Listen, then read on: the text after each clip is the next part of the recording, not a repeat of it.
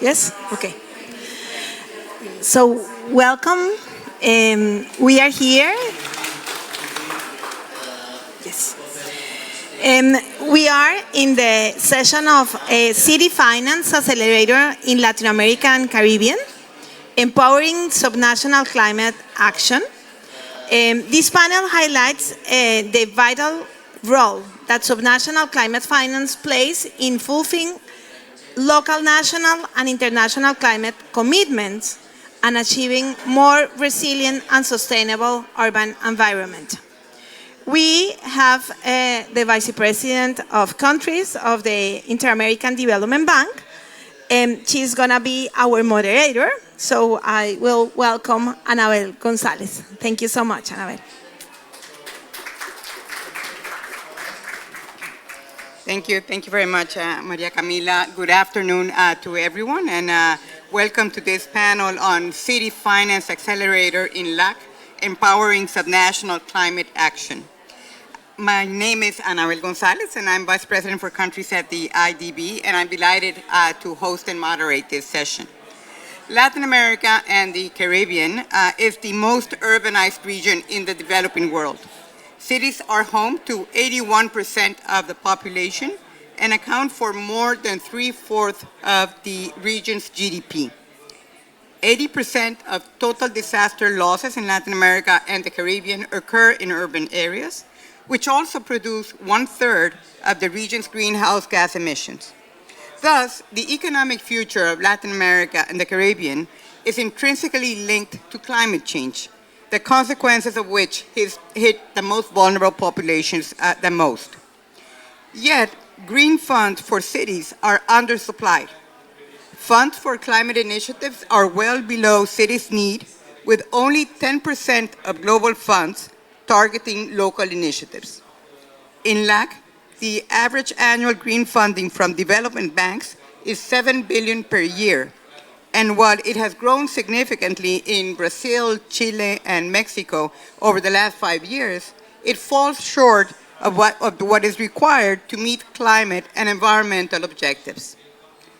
Cities' access to finance can contribute to reducing social and infrastructure gaps, making it possible to carry out large-scale projects that would not be possible with current municipal revenues. However, in developing countries, only 4% of the largest cities have access to international financial markets, and only 20% to domestic demands. In Latin America and the Caribbean, the subnational financing averages less than 3% of GDP, compared to 12% in OECD countries. And the reasons for this underdevelopment of access to finance stem largely from the fundamentals for the development of debt markets, including high dependence on transfers, which limits their capacity to use own resources to repay debt, the use of transfers as collateral to access debt, which blurs the link between issuer-level risk and credit pricing, lack of knowledge and capacity to access credit markets, and perhaps the biggest hurdle, a history of bailouts. Now, the IDB is firmly committed to supporting climate actions in cities. The total IDB group climate financing during 2022 was a record $7.8 billion. 94% of our public sector loans incorporated climate action, and 98% of the projects at risk from climate change impacts included measures to ensure climate resilience. During 2022, the IDB helped the inclusion of adaptation, climate resilience, and decarbonization policies across 16 countries. At the IDB, we have been working for decades on financing of cities with sovereign instruments.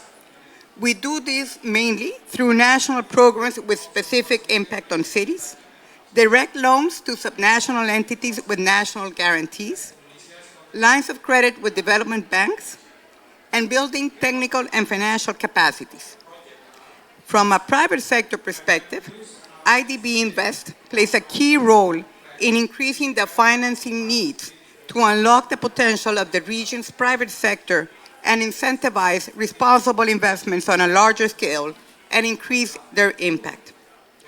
Contributing to the construction of a sustainable city, IDB Invest has supported the development of municipal PPPs and invested in private sector initiatives to support LAC cities develop their infrastructure and promote inclusive economic growth.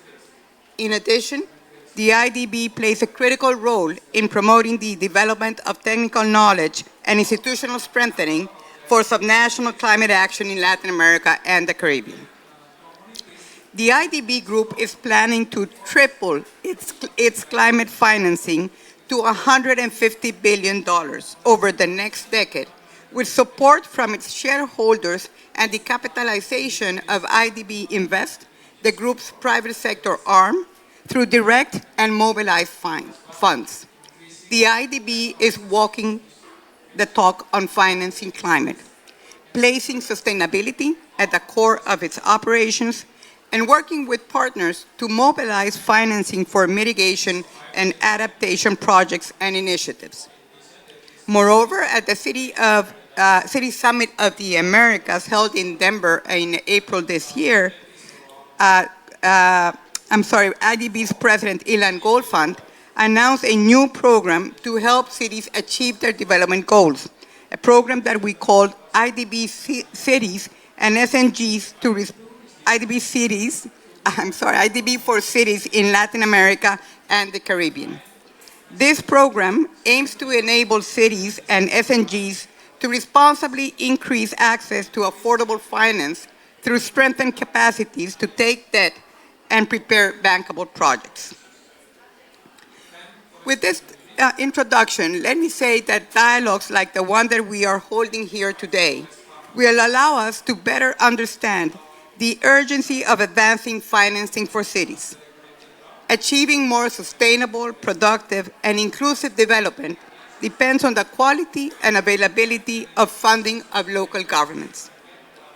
Today's panel aims to share challenges and innovative financial solutions undertaken by local governments in the region, emphasizing the need to pursue financial strategies and prioritize portfolio of local-level investment projects. All of this underpinned by improved diagnostics, measurement, information, governance, and strengthened capacities of subnational actors. So we will have a conversation where we will involve two majors, the mayor of Mendoza, Argentina, Mr. Ulpiano Suarez, as well as the elected mayor of Bogotá, Colombia, Carlos Fernando Galán. They will join us in a moment. We will start first with our other two guests, Ms. Tainá de Paula, Secretary for Environment and Climate of Rio de Janeiro, Brazil, and Lynn O'Grady, Deputy Head in EBRD Sustainable Infrastructure Group. So let me first call to our panel Ms. Tainá de Paula and Ms. Lynn O'Grady to start our conversation.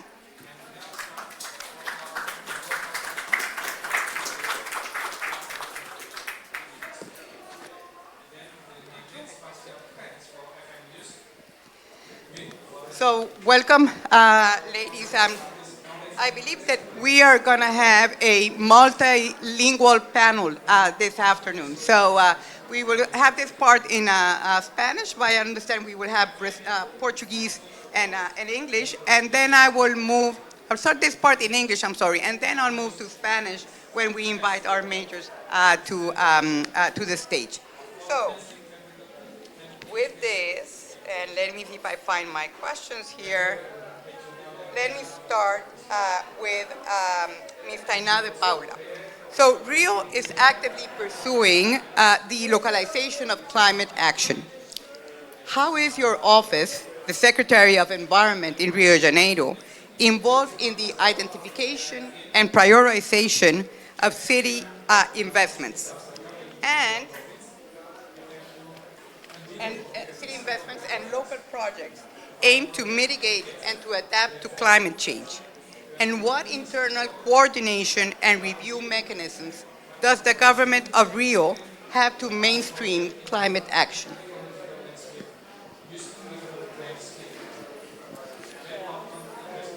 You have the microphone. Hello. Well, good afternoon. Thanks for the inviting. I'm Tainá. I'm representing Mayor Eduardo Paes. Please sit here. So let us get our majors here on stage as well. Ulpiano, por favor. Carlos Fernando también, por favor.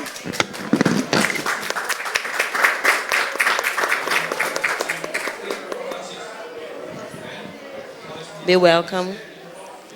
Bienvenidos. Muchas gracias por estar con nosotros. Adelante, por favor, secretario. I speak now on Portuguese. Portuguese, It's perfect. better for me. For those Bom, needing translation, yeah. we have the That's devices okay. In your seat. Thank you so much. O Rio de Janeiro, apesar de ser uma cidade no sul global e apesar de nós estarmos inseridos num país em desenvolvimento, é uma cidade que tem um PIB significativo, portanto, uma capacidade de autogerência e autofinanciamento. Inclusive, o BID é um dos grandes parceiros nos projetos de adaptação e mitigação que nós temos desenvolvido lá. Claro, outras fontes de recurso, mas principalmente o financiamento multilateral internacional. Inclusive, agradeço aqui oficialmente em nome do prefeito Eduardo Paes e de todos os gestores. E localmente, nós não podemos nos dar ao luxo de esperar o ritmo nacional da mudança e da governança climática como um todo. Então, nós estabelecemos parâmetros próprios, a legislação do Rio de Janeiro é muito à vanguarda, né, muito antecipada em relação à legislação nacional, nós temos o Plano de Desenvolvimento e Ação Climática, nós estabelecemos legislações, inclusive, para o mercado de carbono antes da discussão nacional, enfim, o Rio de Janeiro é pioneiro na discussão da resiliência, nós temos o primeiro centro de resiliência e monitoramento climático do Brasil, então a gente está falando de uma cidade que foi sede da Eco 92 e que vem fazendo o dever de casa, apesar de todas as dificuldades. Mas, sem dúvida alguma, hoje nós estamos muito irmanados com o grande problema das cidades do sul global, que é a discussão do financiamento. Nós chegamos hoje num patamar de desenvolvimento urbano grande, nós temos um amplo sistema modal, nós temos VLT, BRT, transporte aquaviário, e inclusive utilizamos parte da nossa capacidade de endividamento e custeio, por exemplo, para financiar a implementação da nossa rede de transporte. E o que isso causou na máquina pública? Nós freamos, em grande medida, os nossos processos de adaptação urbana, porque o orçamento é o mesmo e a nossa capacidade de endividamento foi engolida, fagocitada pela nossa capacidade de investir, de fazer investimentos no setor de transporte. E por que eu fiz questão de já ir straight to the point e falar sobre financiamento? É um dos maiores gargalos que a gente tem. O governo federal, todos sabem, né? O presidente Lula retornou, isso sem dúvida alguma é um respiro para todos nós, porque haverá, historicamente houve nos seus governos uma preocupação com os projetos de adaptação das cidades, principalmente dos grandes centros urbanos, onde a presença da pobreza extrema faz com que o Estado reflita em projetos de urbanização, em projetos de enfrentamento à pobreza e, portanto, aos projetos de adaptação, principalmente aquelas cidades que enfrentam risco extremo e desastres climáticos extremos. Mas existe um gap muito grande da nossa capacidade de conseguir, consolidar os projetos que já precisam de adaptação, dos que já foram implementados. Aí vou dar um exemplo rápido. Nós temos 3 grandes espécies de tanques subterrâneos, piscinas subterrâneas para retenção de água. Eles já não são suficientes frente à aceleração das mudanças climáticas que nós observamos nos últimos anos. Ou seja, projetos de adaptação que foram financiados há 10 anos atrás já estão ficando obsoletos na cidade do Rio de Janeiro. Então, nós temos que dar conta da adaptação que nós já fizemos há 10, 20 anos atrás e temos que dar conta da ampliação da nossa rede de adaptação. Isso é um gargalo importante. Acesso à tecnologia. A tecnologia hoje talvez seja um dos aspectos mais significativos para a condução da resiliência e tomada de decisão em caso de chuvas extremas, desastres extremos. Nós temos percebido que a parceria com a NASA, com a Google, são fundamentais, mas é algo que nos impacta diretamente. Então, financiamento urbano e acessar novas tecnologias são os dois pontos que estão levando aqui o Rio de Janeiro a pensar e refletir na próxima quadra. Thank you very much, Tainá. Thank you. Let me ask you a follow-up question, which is that achieving country-level, nationally determined contributions require action at the local level targeting. And that, in turn, might be of interest to investors, such as green and sustainable, in instruments such as green and sustainable bonds. So climate finance requires clear metrics, climate budgeting, green procurement and monitoring, and reporting against local climate contribution targets. So how is Rio working on these aspects? O Rio, mais uma vez, é uma das cidades, talvez no Brasil, que mais conseguiu avançar, tanto no controle das suas emissões. Nós temos aí, talvez, um dos conjuntos, né, de controle de emissão de gases de efeito estufa mais organizados do país hoje. Temos São Paulo de forma organizada, a gente tem Minas com Belo Horizonte também chegando num patamar interessante, Vitória, a partir do trabalho do governador Casagrande, sem dúvida alguma, discutindo com mais fôlego a pauta climática, mas o Rio de Janeiro se lançou antes no desafio de conseguir compreender o seu mapa de emissões. Agora nós estamos na segunda etapa do desafio. Como é que a gente resolve os processos de descarbonização e de neutralização de carbono dos setores específicos? A gente consegue, inclusive, identificar quais setores emitem mais. E, claro, lidar com as contradições do desenvolvimento e do processo de desenvolvimento, né? Temos empresas importantíssimas no Rio de Janeiro, que são fundamentais para o nosso setor econômico, para a nossa arrecadação, mas que são as maiores poluidoras. Como equacionar essas realidades de sermos uma cidade quase que dependente de determinados setores, determinadas empresas, e que, na verdade, nós não temos nenhum poder de barganha ou de sermos mais enfáticos no controle dessa emissão, porque, objetivamente, nós precisamos do recurso que essa empresa, indústria, nos oferece. Uma outra chave que a gente acompanha é como o próprio município começa a ser impulsionador e acelerador dos processos de net zero. Duas grandes iniciativas nossas desse ano é a compra, né, a migração para o mercado livre de energia, que é algo que é o programa Rio Mais Verde, não só na discussão de energia limpa, mas também de economia. A gente consegue economizar de 5 a 10 milhões de reais, pode calcular depois isso em dólar, por ano. Isso é algo que vai impactando significativamente, inclusive, para o nosso alto investimento na pauta ambiental. Numa outra chave, voltando à discussão da tecnologia, nós temos uma iniciativa hoje de investir em fazendas de painel solar. Nós queremos, até 2030, garantir que pelo menos metade das nossas repartições públicas, escolas, hospitais, estejam com energia solar. Mas quem implementa, né, quem financia essa fazenda, a gente realizou uma modelagem piloto de parceria público-privada, mas é muito fundamental que as empresas, de fato, encampem a ideia, invistam no painel solar para que a gente consiga retornar esse recurso investido e garantir a ampliação da nossa rede de energia limpa. Ou seja, é possível neutralizar as nossas emissões até 2030? Não, mas é sim possível nós melhorarmos os nossos arranjos institucionais até 2050. Muito bem. Thank you very much, Tainá.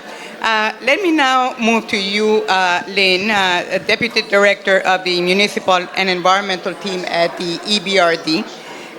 EBRD has been lending directly to cities for over 2 decades. What has been the key to EBRD's success in ensuring responsible access to resources and the avoidance of any defaults? Well, I mean, first of all, thank you very much for the invitation to talk at this panel. I mean, EBRD and IDB, we operate on different continents, but we share a lot of common goals and we have much in common. So, in terms of, I mean, you're right. So, municipal non-sovereign is the main delivery tool in the urban space for EBRD. And I think I can cite 4 reasons why we have been successful.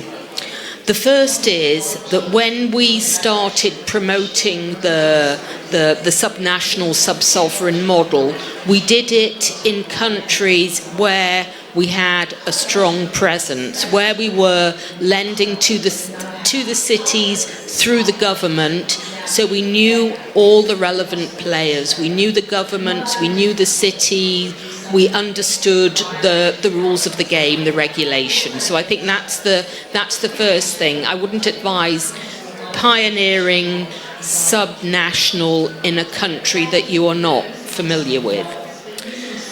The second thing is that this is done with a reform agenda as well.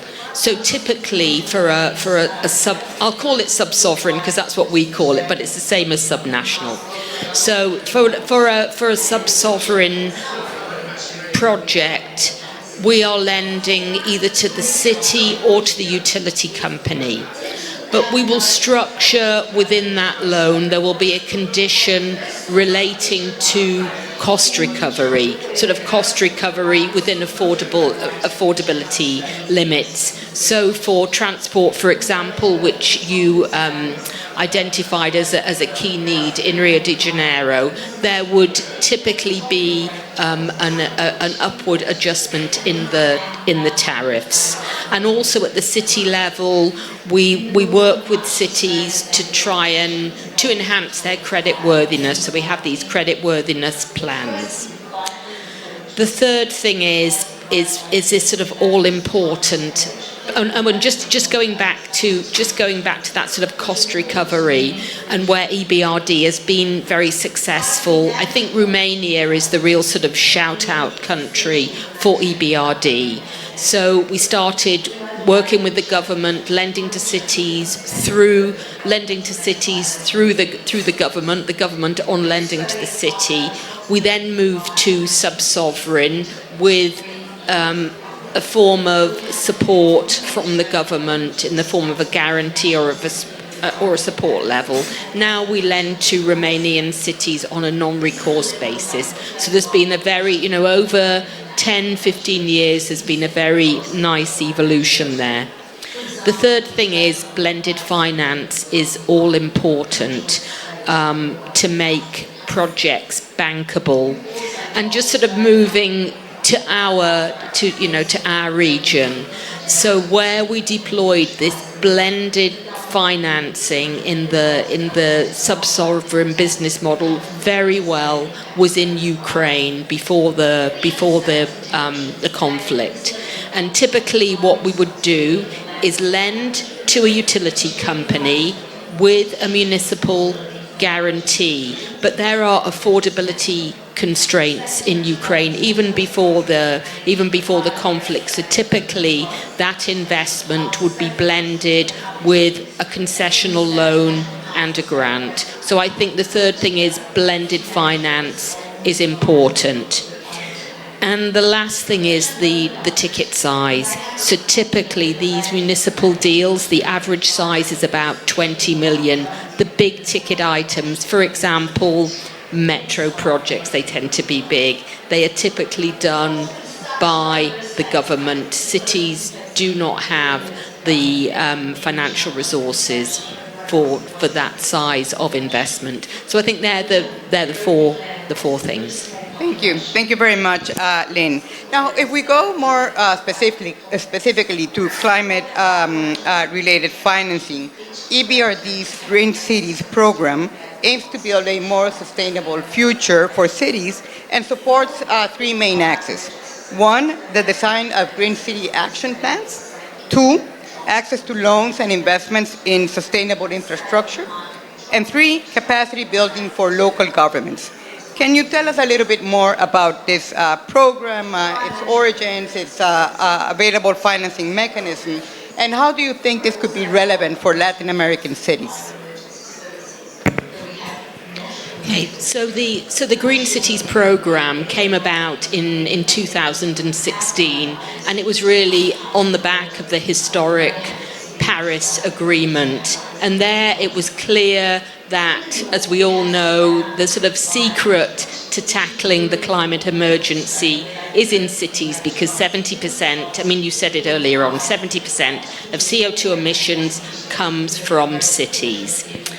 So what we did through this program was to have a more systematic approach with cities. So this is, first of all, developing a Green City Action Plan, and this is where the priority environmental challenges of a city are identified, and these are identified through a baselining exercise. So, for example, looking where a city stands with air pollution against the typical norms, and then using that as the basis for identifying investments and identifying policy actions. But I think the reason why Green Cities has been so successful is because we make sure that we have skin in the game. So we will only do that Green City Action Plan when we have a first investment, and we call that a trigger investment, and then we seek to use the Green City Action Plan for the basis of what we call follow-on investments. And it's really allowed us to scale up in this area. So just to give you a couple of numbers, I mean, in those 7 years, we've invested 2.7 billion in 88 green city projects.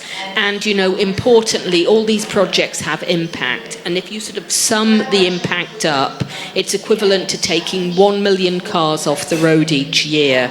And just to give you a flavour of the type of projects that we're doing, it's electric buses and associated EV charging, solar panels, which I know are important to you.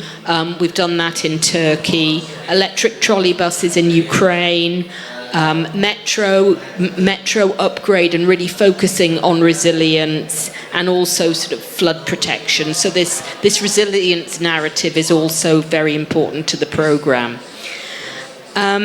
In terms of, I think something that's important to note about the Green Cities programme is that the financial instruments are diverse. So we can do standard lending to cities through the government. On the other end of the spectrum, we can finance the private sector to support these investments.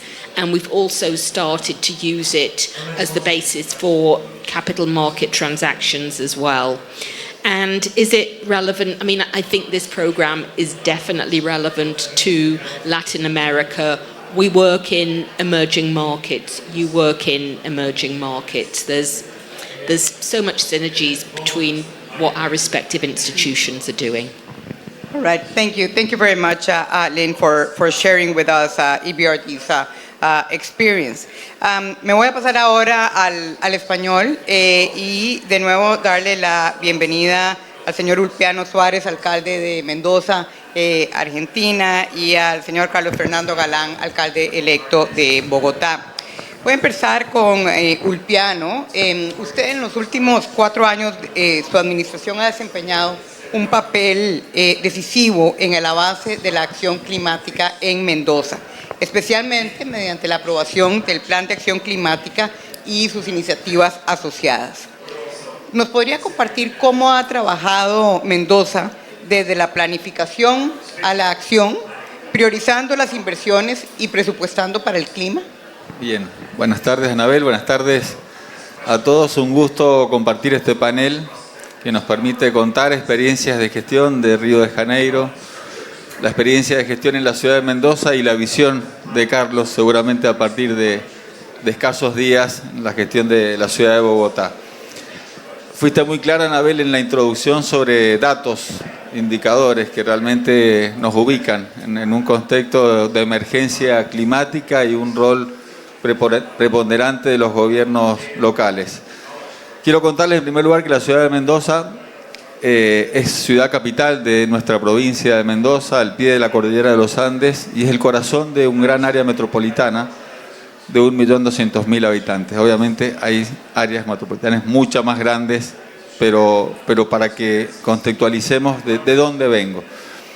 Y planteamos en el 2019 un compromiso con los vecinos de la ciudad, que era trabajar por una ciudad sostenible, con una gestión involucrada con el triple impacto, mucho más en nuestra región, involucrado el municipio con el desarrollo económico, con la inclusión social y el cuidado del ambiente. Y agrego a esto que mencionabas, que describe a nuestra gestión, que es la planificación y la acción, un componente predio que es fundamental.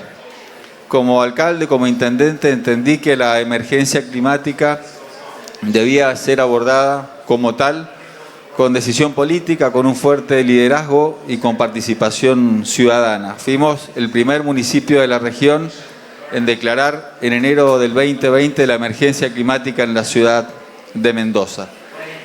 Y el paso siguiente y necesario era la planificación.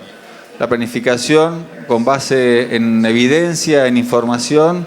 Fue así que aprobamos en el año 2020 nuestro Plan Local de Acción Climática, que define claramente las acciones de mitigación y adaptación. Y cuando hablo de evidencia me refiero a actualizar nuestros inventarios de gases de efecto invernadero, donde al igual que en muchas de las ciudades de la región, el principal factor de emisiones es la movilidad, la energía y la gestión de los residuos sólidos urbanos.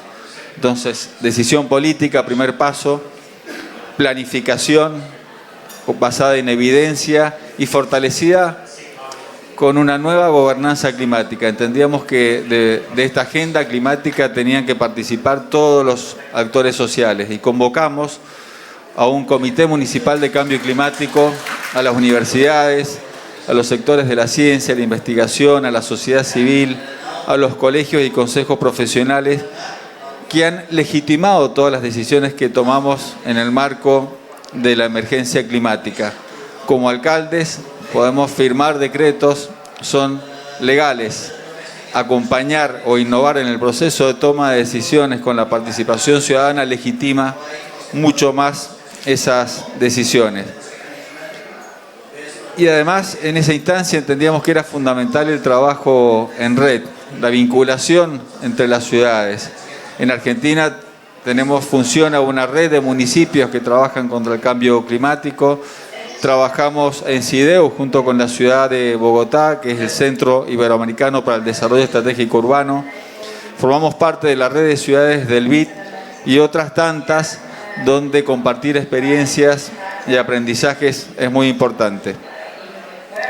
Entonces digo, para sintetizar y a escasos días de concluir nuestros primeros 4 años de gestión en la ciudad de Mendoza, podemos decir que cumplimos con decisión política, con planificación en base a evidencia y gobernanza climática y con acciones concretas y monitoreo, como lo mencionabas, hemos cumplido. Logramos en solo 3 años cumplir con las metas de reducción que nos habíamos planteado a 11 años, al 2030. Hemos logrado una reducción del 17% de nuestras emisiones y actualizamos nuestro Plan Local de Acción Climática. Pero algo importante para nuestras ciudades en países en vías de desarrollo.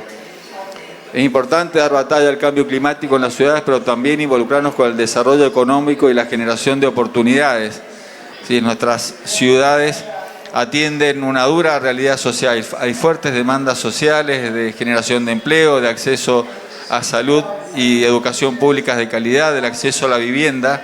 Y hemos logrado en este mismo periodo no solo reducir las emisiones, sino también un fuerte crecimiento de la economía de la ciudad a partir de el comercio, los servicios, la economía del conocimiento, el turismo, la gastronomía. Y hemos logrado algo por lo cual debemos trabajar en la región, que es el desacople climático, reducir emisiones y generar crecimientos. Por eso, como balance de gestión, puedo decir, así como planteamos hace 4 años trabajar por una ciudad sostenible, podemos decir que hoy la ciudad de Mendoza es mucho más sostenible que hace 4 años. Muchas gracias, Ulpiano. ¿Podría pedirte que profundizaras un poco en las estrategias de financiación específicas que se han utilizado para financiar estas acciones climáticas en Mendoza? ¿Cuáles han sido los principales retos a los que se han enfrentado a la hora de acceder a la financiación climática y cómo han trabajado para superarlos? Bueno, aquí con esta respuesta los voy a sorprender. Toda esta gestión climática en la ciudad ha sido solventada con nuestro presupuesto municipal. Es decir, siendo claro y sencillo, con las tasas y los impuestos que pagan nuestros vecinos. Toda esta gestión climática. Y también, como les decía, la decisión política, la planificación y entendiendo la gestión climática como central en la gestión de la ciudad, avanzamos con una dinámica de estructurar nuestro presupuesto con una perspectiva climática. El 52% de los recursos que componen nuestro presupuesto están relacionados con la acción climática, un 36% acciones de mitigación, toda nuestra estrategia de gestión de los residuos sólidos de la ciudad, reciclaje, recuperación, nuestra estrategia de movilidad con más y mejores ciclovías, nuestra estrategia de transición energética con el 100% de la luminaria LED en la ciudad y también avanzando en la colocación de paneles solares en los edificios públicos. Digo, todo ha sido con presupuesto. Un 52%, reitero, está involucrado con la gestión climática. 36%, como les decía, mitigación y un 16% acciones de adaptación que son fundamentales en nuestra ciudad, que es una ciudad bosque, pero erigida, levantada sobre un desierto. Entonces es importante la buena administración, y lo hablábamos en el encuentro de Ciudades del Vida en Cartagena, la importancia de tener administraciones equilibradas. Lo ideal es con superávit, pero al menos equilibradas para hacer eficiente uso de estos recursos. Pero la buena gestión climática de la ciudad y los resultados fundamentalmente nos permitieron acceder a una subvención por parte de Naciones Unidas, un fondo para el medio ambiente mundial de $3 millones que va a venir. Estamos en la instancia de verificación final previa a la ejecución, va a venir a fortalecer nuestra agenda. Y aquí viene algo que hablamos también en el reciente encuentro en Cartagena. La importancia de la articulación con el sector privado. Y esto requiere de mucha innovación y creatividad y predisposición del gobierno local. Con nuestro agente financiero, que es el Banco Galicia, avanzamos en la emisión de bonos verdes. No voy a decir el monto en pesos porque entiendan que un peso argentino equivale, $1 equivale a 1.000 pesos argentinos. Entonces voy a omitir mencionar el monto de la emisión de bonos verdes, pero sí destacar que está destinado a fortalecer nuestra estrategia de transición energética con la construcción de un parque solar en la ciudad que nos va a permitir inyectar energía limpia al sistema y compensar la energía que consumimos en toda la infraestructura municipal en la ciudad. Y en esa articulación con el sector privado, también avanzamos con la creación de un fondo verde para la sustentabilidad que está destinado durante 5 años a financiar proyectos de investigación orientados a la adaptación. Agrego a los datos que mencionabas, Anabel, en tu introducción, en la última década solo el 7% del financiamiento verde está destinado a la adaptación. Y eso también es un mensaje para las ciudades. Tenemos que trabajar en esos proyectos. Es importante consolidar ciudades más resilientes. Y lo más reciente que estamos trabajando es consolidar una cartera de proyectos de compensación de carbono en la ciudad en articulación con el sector privado, con el sector hotelero. La ciudad de Mendoza concentra 12.000 plazas, es la segunda más importante de Argentina. Bueno, en la articulación con el sector privado vamos a avanzar en estrategia de compensación de carbono, en restauración de ecosistemas de la ciudad. Muchas gracias, Ulpiano. Ha sido muy interesante. Has dicho muchas cosas interesantes, pero este tema de la articulación con el sector privado me parece absolutamente crítico para poder atender estos desafíos. Me gustaría ahora, Carlos Fernando, preguntarte, como líder recientemente electo en Bogotá, Colombia, y muchas felicitaciones, ¿Podría resumir las principales iniciativas de acción climática que tiene en proyecto para el próximo mandato y específicamente las relacionadas con la financiación subnacional de las actividades de mitigación y adaptación? Bueno, muy buenas tardes a todos. Un saludo muy especial, Anabel, gracias. Un saludo a mis compañeros de panel, a Ulpiano, mucho gusto conocerlo.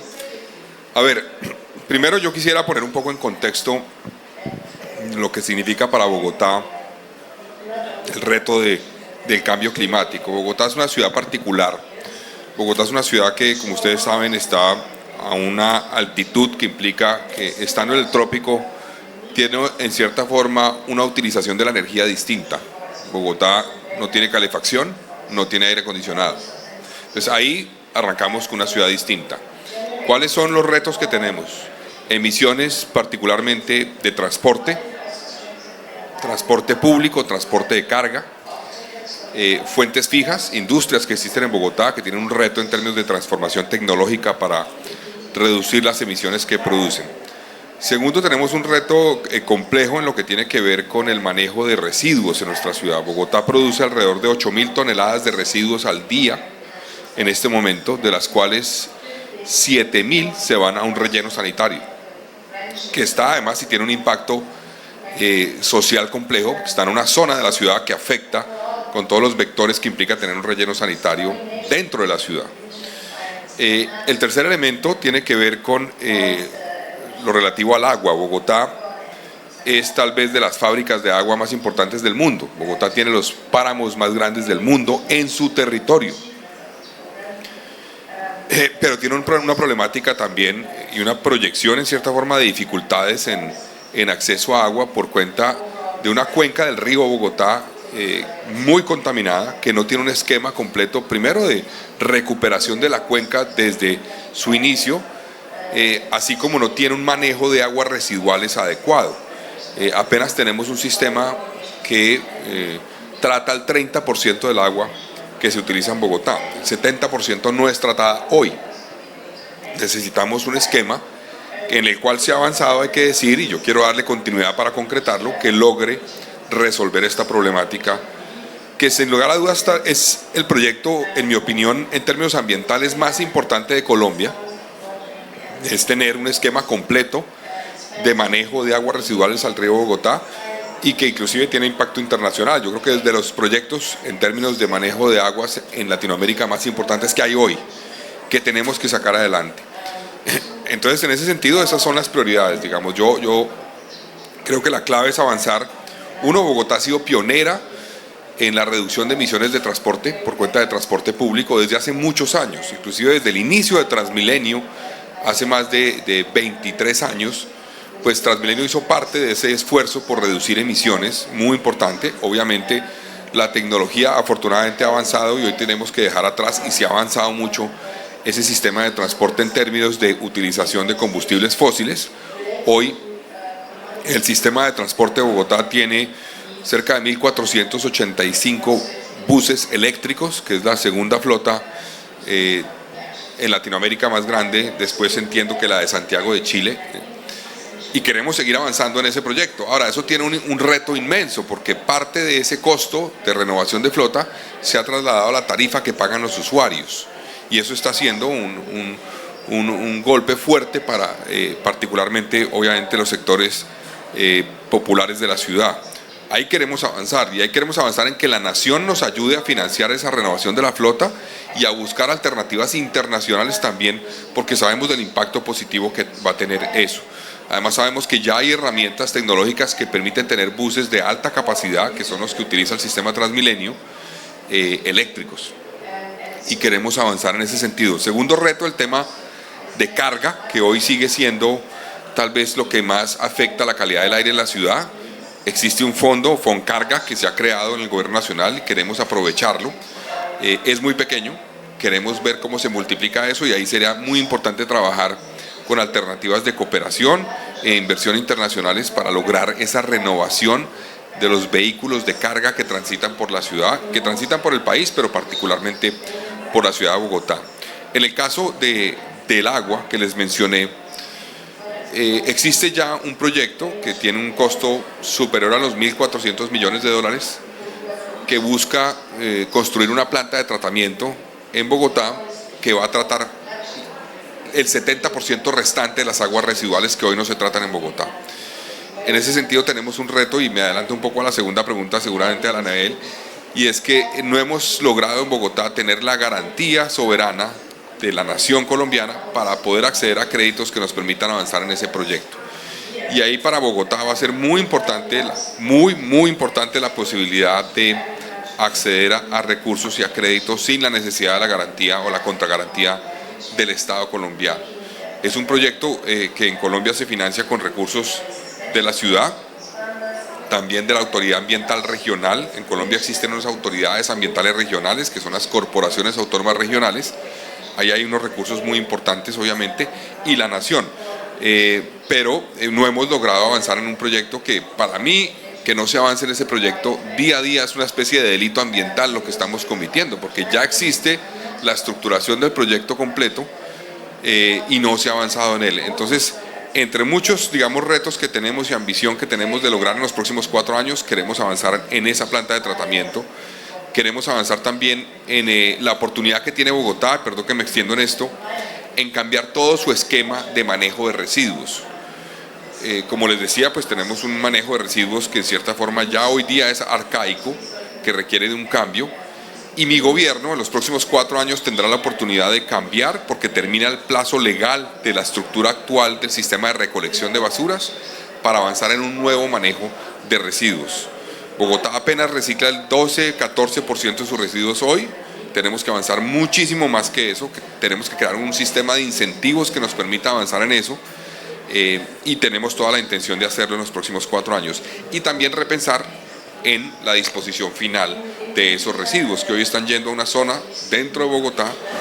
No es fácil darle en 2 años una solución a 7.000 toneladas de residuos, pero creemos que hay oportunidades para reducir eso de manera significativa y trabajar en esquemas, pues obviamente, de economía circular que nos permitan avanzar en un manejo más responsable y sostenible de esos residuos. Muchas gracias, Carlos Fernando, por tus comentarios. Creo que dejas de manifiesto muy clara los desafíos tan importantes que tienen las ciudades, en este caso la ciudad de Bogotá, y la importancia del financiamiento adecuado para abordar este tipo de desafíos. Tenemos algunos minutos y me gustaría abrirme, aunque me dicen que no tenemos algunos minutos, ¿no? Pues entonces no tenemos algunos minutos. Quiero más bien con esto concluir señalando nada más este punto de tener muy presentes el papel tan crítico que juegan las ciudades para poder cumplir los objetivos que los países se han impuesto en materia ambiental. Y para eso la búsqueda de opciones innovadoras en materia de financiamiento, la participación del sector privado, la buena gestión del presupuesto, etcétera, son todos elementos fundamentales. Con ello quiero agradecerle mucho a todos los participantes, Tania, Lynn, Ulpiano y Carlos Fernando. Muchas gracias por estar con nosotros, y a ustedes también. Gracias.